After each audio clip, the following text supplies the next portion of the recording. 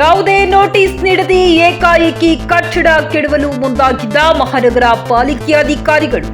ತುಮಕೂರು ನಗರದ ಅಂತರಸನಹಳ್ಳಿಯಲ್ಲಿ ಅಧಿಕಾರಿಗಳ ವಿರುದ್ಧ ಸಾರ್ವಜನಿಕರಿಂದ ಆಕ್ರೋಶ. ಬಂದು ದಾರಿಗೆ ಸುಂಕವಿಲ್ಲ ಎಂಬಂತೆ ವಾಪಸ್ ಹೋದ ಅಧಿಕಾರಿಗಳು. ಪ್ರಭಾವಿ ವ್ಯಕ್ತಿಗಳ ಮಾತು ಕೇಳಿ ಕಟ್ಟಡ ಕೆಡವಲು ಮುಂದಾಗಿದ್ದಾರೆ ಎಂದು ಸಾರ್ವಜನಿಕರ ಆರೋಪ. ತುಮಕೂರು ನಗರದ ಅಂತರಸನಹಳ್ಳಿಯಲ್ಲಿ ನಡೆದ ಘಟನೆ.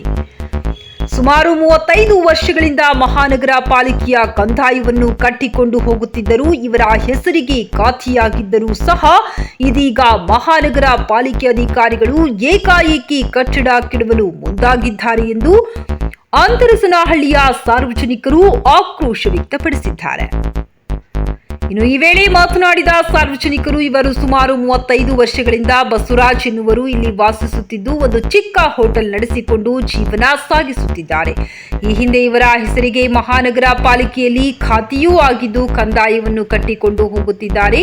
ನಂತರ ಅವರು ಪಾವತಿಯಾದ ನಂತರ ಅವರ ಮಕ್ಕಳು ಹಾಗೂ ಅವರ ಹೆಂಡತಿ ಹೆಸರಿನಲ್ಲಿ ಜಂಟಿ ಖಾತೆಯಾಗಿದೆ.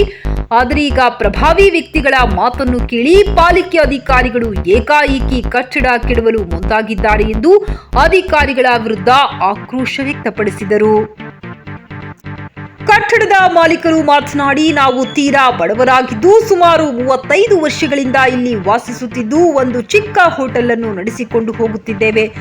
ನಮ್ಮ ಮನೆಯಲ್ಲಿ ವಯಸ್ಸಾದ ವೃದ್ಧರು ಹಾಗೂ ಅಂಗವಿಕಲರು, ಚಿಕ್ಕ ಮಕ್ಕಳು ಇದ್ದೇವೆ. ಈಗ ಪಾಲಿಕೆ ಅಧಿಕಾರಿಗಳು ಬಂದು ಏಕಾಏಕಿ ಕಟ್ಟಡ ಕೆಡವುತ್ತಿದ್ದೇವೆ ಎಂದು ಹೇಳುತ್ತಿದ್ದಾರೆ.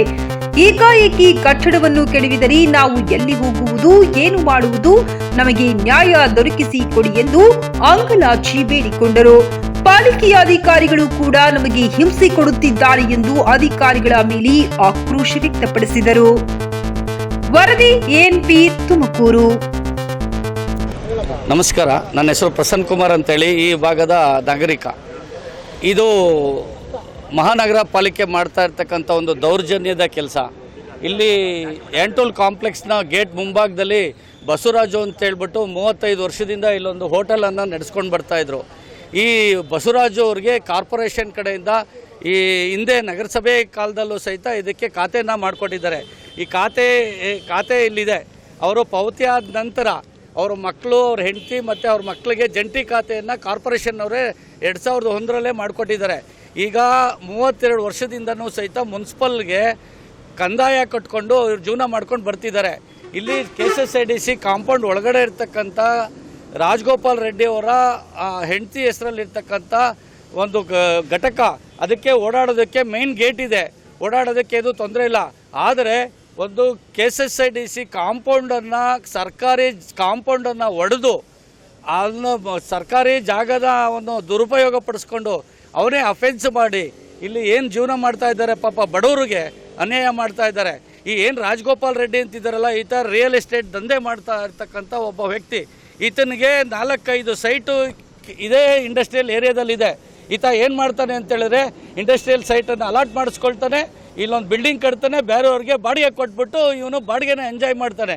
ಇಂಡಸ್ಟ್ರಿ ಮಾಡೋರಿಗೆ ಜಾಗನೇ ಸಿಗಲ್ಲ, ಆ ಥರ ಮಾಡಿಕೊಂಡು ರಿಯಲ್ ಎಸ್ಟೇಟ್ ದಂಧೆ ಮಾಡ್ತಾ ಇರೋನು. ಪಾಪ ಇಲ್ಲಿ ಹೋಟೆಲ್ ನಡೆಸ್ತಾ ಇರ್ತಕ್ಕಂಥ 35 ವರ್ಷದಿಂದ ಹೋಟೆಲ್ ನಡೆಸ್ತಾ ಇರ್ತಕ್ಕಂಥವ್ರಿಗೆ ಇಲ್ಲಿನ ಇವ್ರ ಮೇಲೆ ಸುಳ್ಳು ಆರೋಪ ಮಾಡಿ ಓಡಾಡೋಕ್ಕೆ ಜಾಗ ಇಲ್ಲ, ಓಡಾಡೋಕ್ಕೆ ತೊಂದರೆ ಮಾಡ್ತಾ ಇದ್ದಾರೆ ಅಂತ ಹೇಳ್ಬಿಟ್ಟು ಅವನೇ ಸರ್ಕಾರಿ ಕಾಂಪೌಂಡನ್ನು ಹೊಡೆದು, ಸರ್ಕಾರಿ ಸೆಕ್ಯೂರಿಟಿ ರೂಮನ್ನು ಹೊಡೆದು ಅವನೇ ಅಫೆನ್ಸ್ ಮಾಡಿ ಇವ್ರ ಮೇಲೆ ಕಾರ್ಪೊರೇಷನ್ನಲ್ಲಿ ಕಂಪ್ಲೇಂಟ್ ಕೊಟ್ಟು ಇವತ್ತು ಡೆಮಾಲಿಷನ್ ಆರ್ಡ್ರ್ ಮಾಡಿಸೋದಕ್ಕೆ ಒಬ್ಬ ಬಲಾಢ್ಯ ಒಬ್ಬ ಬಡವ್ರ ಮೇಲೆ ಬಂದಿದ್ದಾನೆ. ಇದು ತುಂಬ ಅನ್ಯಾಯದ ಕೆಲಸ. ಇವರು ಇದಕ್ಕೆ ಖಾತೆನೂ ಸಹಿತ ಬ್ಲಾಕ್ ಮಾಡಿದ್ದಾರೆ. ಈ ಕಾರ್ಪೊರೇಷನ್ನಲ್ಲೂ ಸಹಿತ ಯಾವುದೇ ಕಾರ್ಪೊರೇಷನ್ ಕಮಿಷನರು ಸಹಿತ ಇದನ್ನು ಬ್ಲಾಕ್ ಮಾಡೋದಕ್ಕೆ ಬರೋದಿಲ್ಲ.